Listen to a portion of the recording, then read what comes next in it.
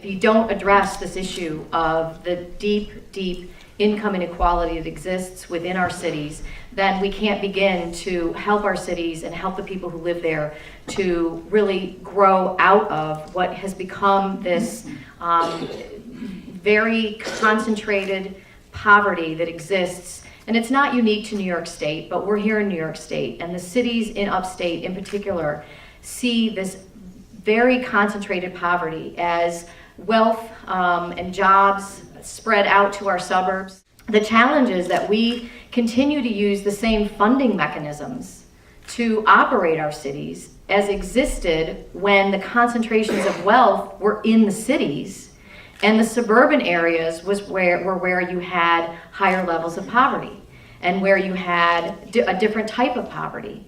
And so we're using, just as when in measuring the poverty level, right, we're using a formula that was created in 1963 that looked at what is the minimum amount of food that a family of four needs not to starve, okay? Not to thrive, what they need not to starve, and we multiply it by 3. Because at that time, a third of a family's income was spent on food, okay?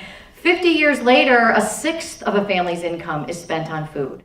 But what we see in our cities are people with tremendous potential, with the ability to succeed, who are never given the opportunity to succeed, who are never given the opportunities that exist just around them. We do know how to fix this. I mean, we now know and have collections of strategies that work.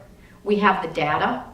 We know that we need to have a multi-generational approach to addressing it, to get everybody at the same table saying, what are we going to do in order to ensure that every child succeeds? So by bringing one another together and articulating it all in our own different ways, but saying, this is what we're going to measure, this is what we're going to focus on, and this is how we're going to hold ourselves accountable, has changed the way that we are looking at moving through this problem, from hopelessness that often exists in many of our communities to a point of hopefulness.